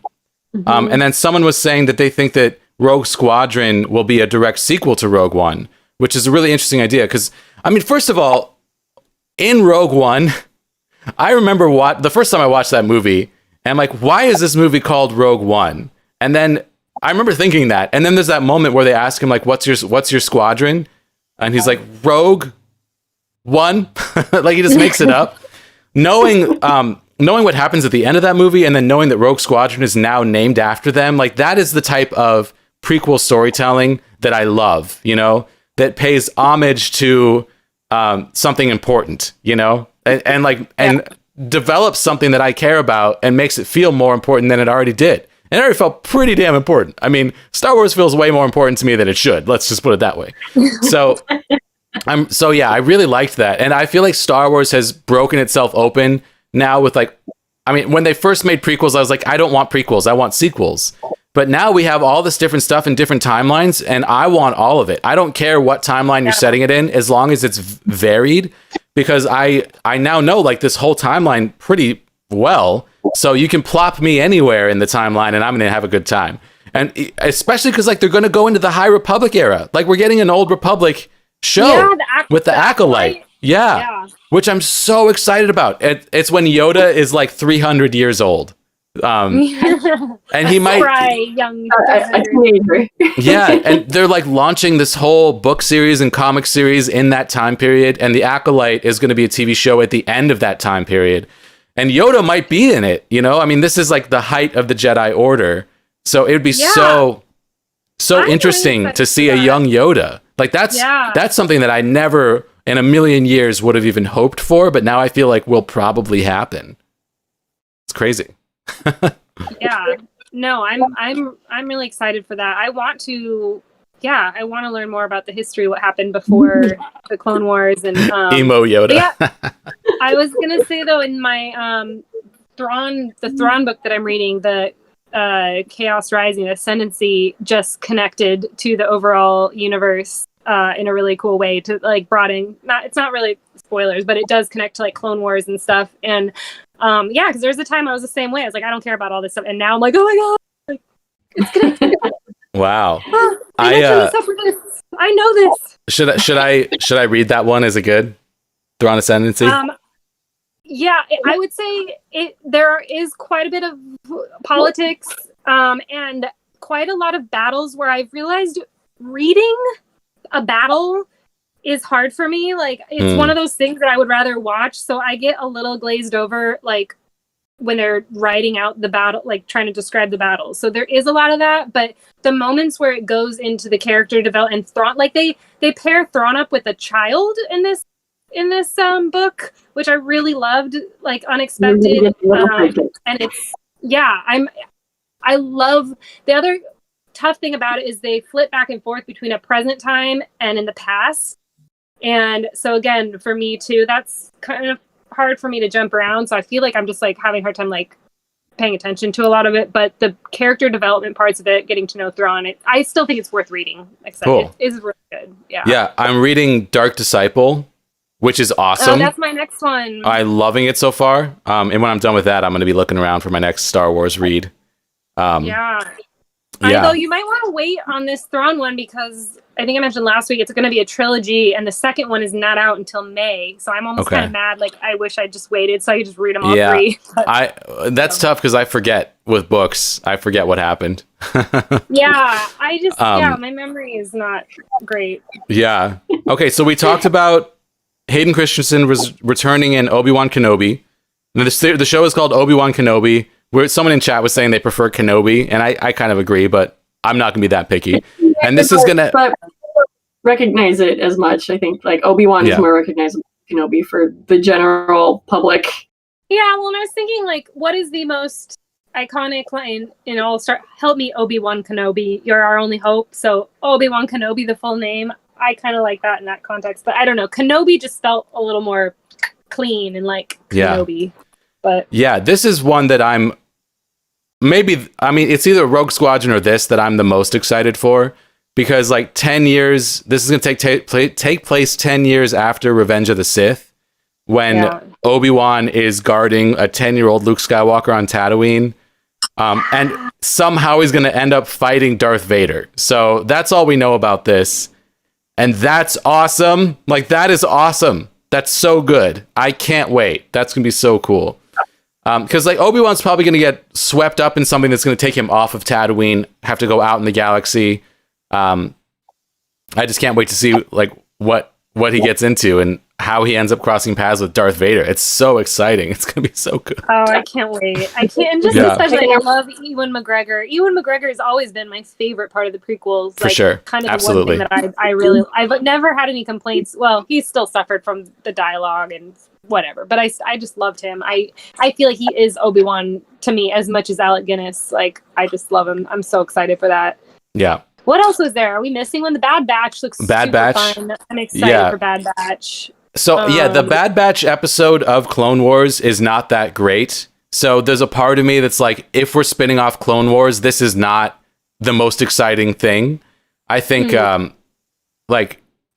following any of the Jedi who survived Order 66, or just following Rex. Let's be real. I want Rex. Yeah. I love Rex. I love Rex. Rex is awesome. And like seeing Rex in Rebels is fantastic. So, but maybe he'll be a part of it. We don't even know. I would imagine he shows up.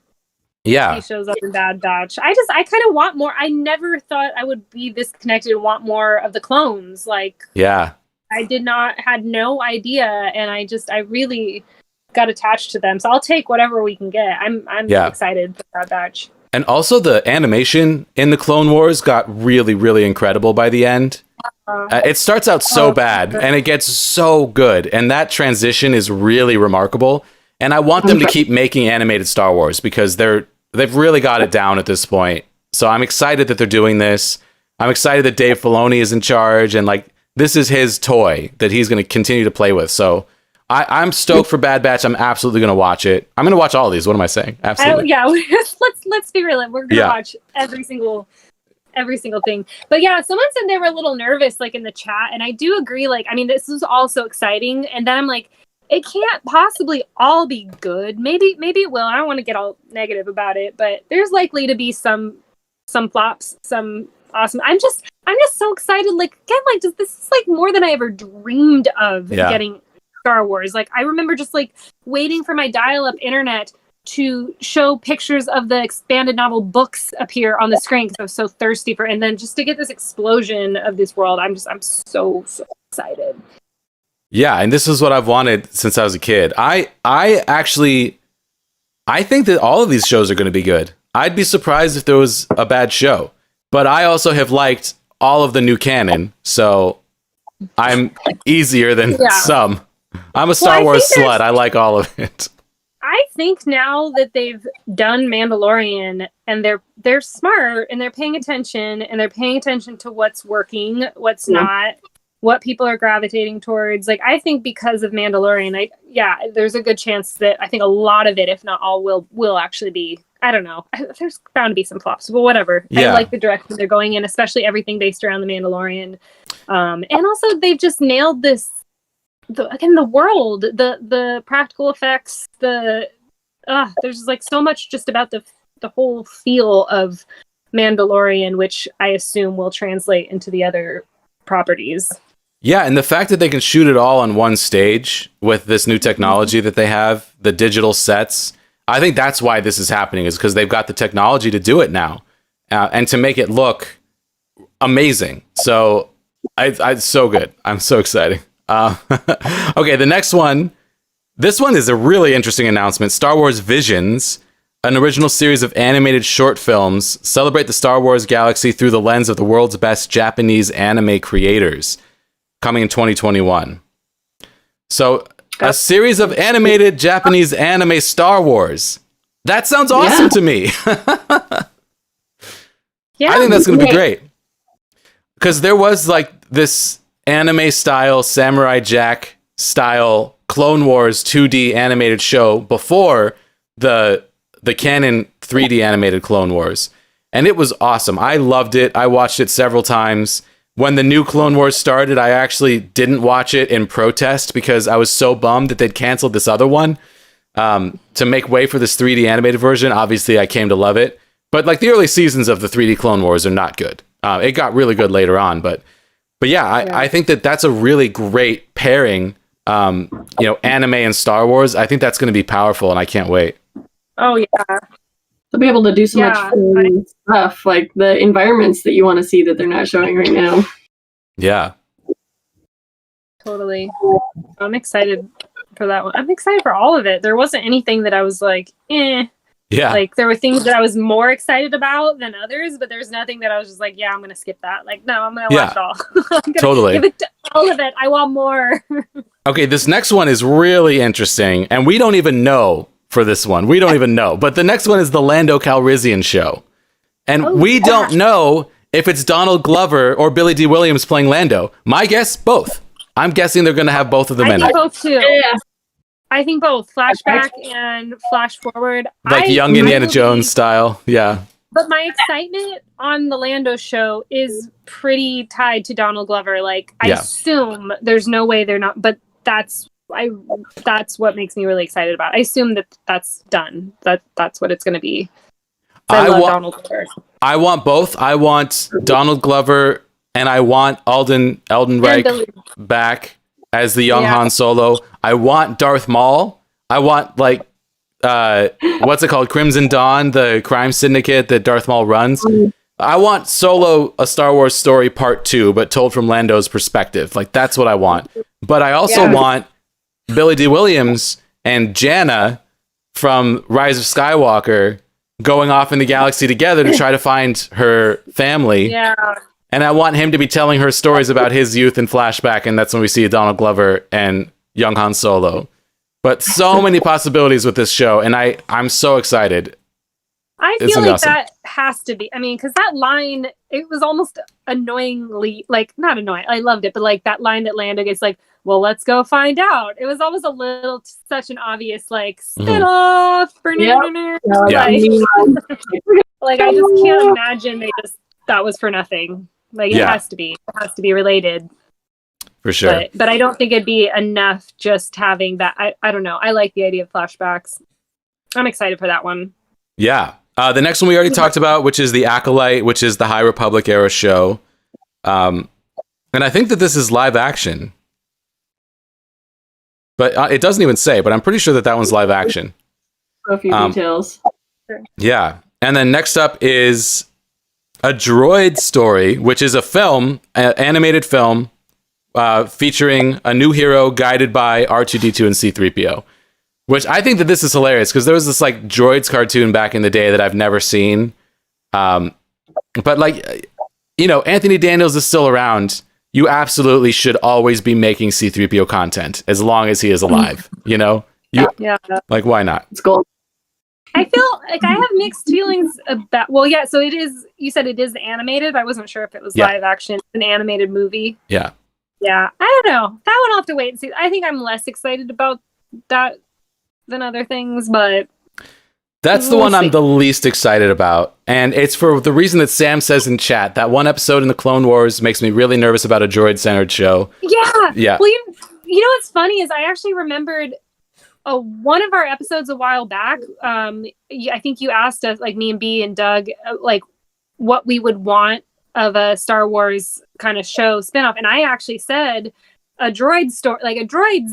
And then I actually, after watching that Clone Wars episode, I was like, I was not invested in this at all. Like, I think I changed my mind. Like, I don't think, I mean, I love the droids, but I was like, I don't actually think I need a whole series or a movie about them. But whatever, we'll see. I'm just guessing it's going to be very kid friendly.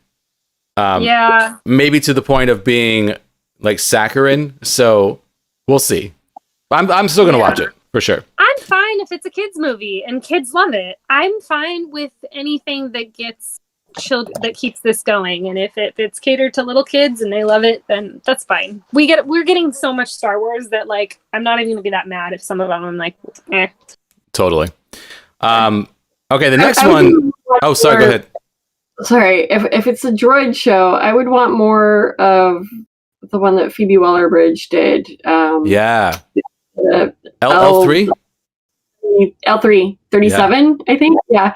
I would love to see just more of that. It's more of an interesting like storyline. She's fighting against stereotypes as being a droid, and then that in Solo. Like there's so much interesting stuff going on there that I would definitely watch a show if it was centered around her. Yeah, and then there's like maybe even like a physical relationship between her and Lando.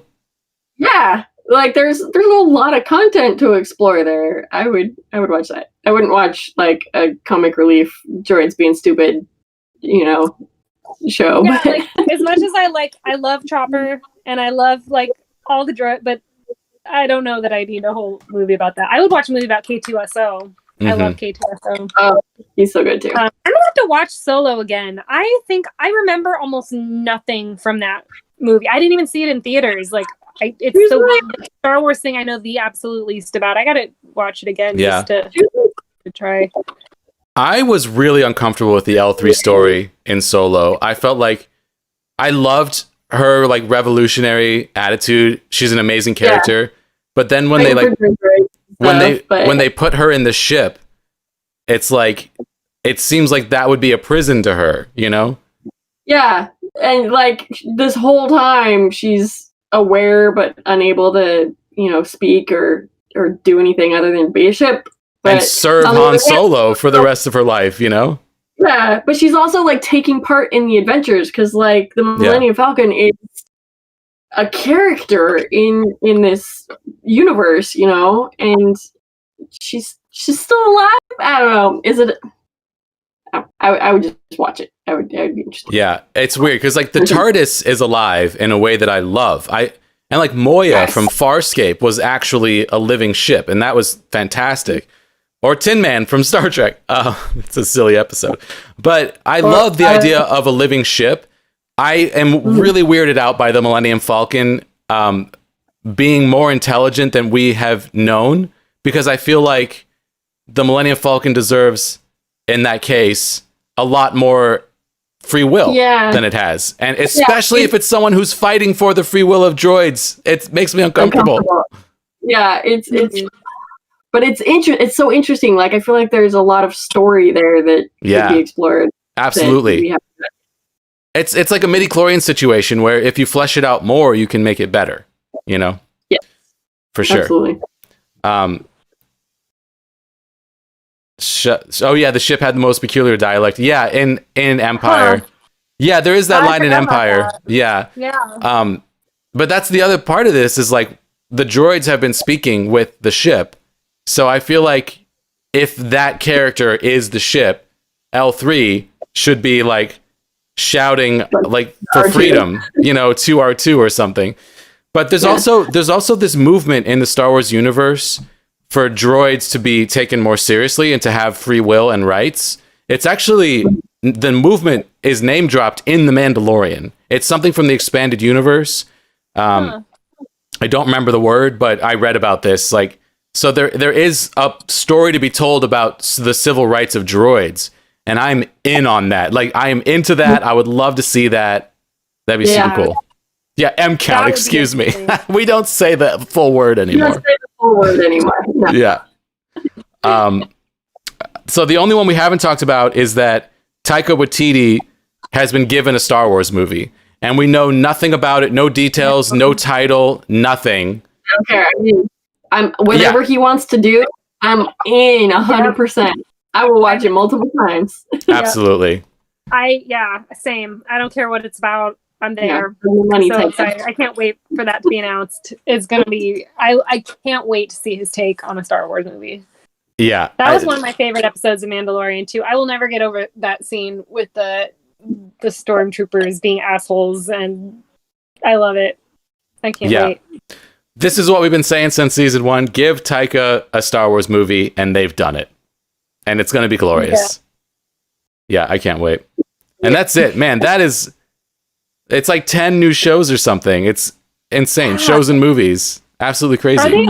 Did they drop release years? Or did they drop a release date for Obi-Wan? Or for Obi-Wan Kenobi? Or I don't think that's so. Let's see what it says here. Have they? So it's probably going to be that one's been in the works for so long that I would have thought that would be one of the ones coming out the soonest. Clearly it looks like Bad Batch is the one most far along based on the trailer. Like that had the most footage. Like it looked, I mean, obviously animation maybe is easier. I don't know. There's no date on the tweet, but I feel like it said 2022 because Mandalorian season 3 is going to debut at the end of Christmas 2021. Yeah. And I doubt that we get any of these new things except maybe the Bad Batch before that. Indiana Jones, yes, that does not count. There's like 3 other Lucasfilm, Indiana like Jones is in there. And Willow too. Willow, yeah. I'm curious. I don't know how I feel about Willow because that's one I love the original so much. I don't know. That could be really good or really bad remake. Is it just a remake or is it like a? It's a sequel. with the original actor with Warwick Davis. I have to admit, I've never seen Willow, but I know Warwick Davis plays Willow, and he played Wicket the Ewok in Return of the Jedi, so I've never seen it. You not realize he's been in. Yeah. Is it good? Should I watch it? I mean, I loved it. Might be. I should watch it again recently, though. It might be one of those things that's so embedded in my childhood that I could watch it and be like, "Oh, this is not as good as I remember." But it was one of my favorites. I think I remember it being funny. I remember parts of it being scary as a child, but it's very like fantasy kind of. I don't know. I remember really enjoying it. Awesome. But yeah. Well, I am exhausted. So tired. I've been moving for the last couple days. I still have boxes to unpack, and we just talked about Star Wars for almost 2 hours. Does anyone have anything that we didn't cover that they wanted to talk about?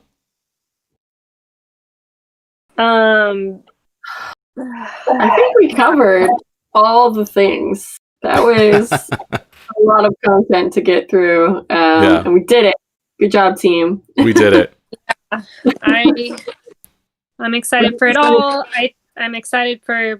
I just want Thrawn. I want Thrawn. I can't wait. Yeah. I don't know. Yeah, it's a lot. How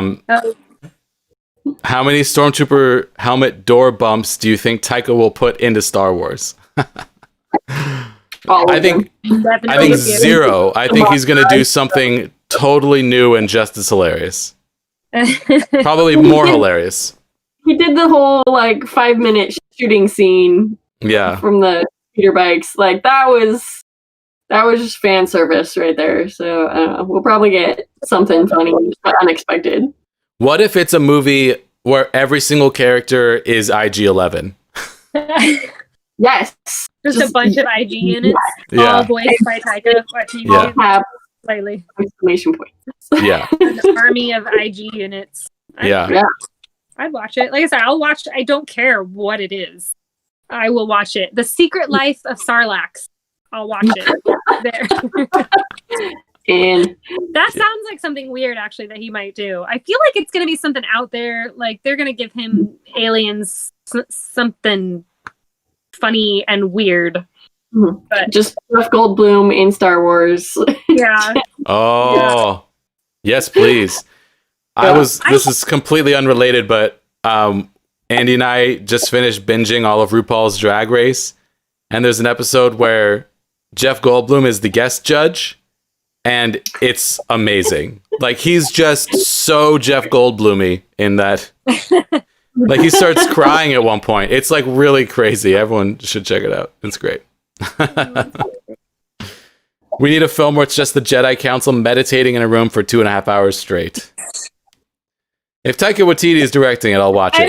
Yeah. Like, because if they're all meditating, but then like silly things happen, it could be incredible. If like someone keeps interrupting them, they're meditating the whole time, and then just like waving things. Like Hero, the movie where the people were doing calligraphy while arrows were just like pelting them the whole time. It was, oh man, that was good. Totally. Yeah. Okay, I'm falling asleep, everyone. I gotta go. All right, this was awesome. Thank you all for being here. Thank you so much to Joe and Amanda for the new channel memberships. Thank you to Jenny and Jane for being here. Such a pleasure as always. Next week is the finale. I can't even believe it. One more episode. So we'll be here. We're planning on Sunday. We'll let you know if there's going to be a change. There's a link to my Discord in the description. And that's where I post any announcements if there's going to be a change of anything. So make sure you're in there. Thank you guys so much for being here. We love you all. It's so much fun. Until next time, may the Force be with you. Bye, everybody.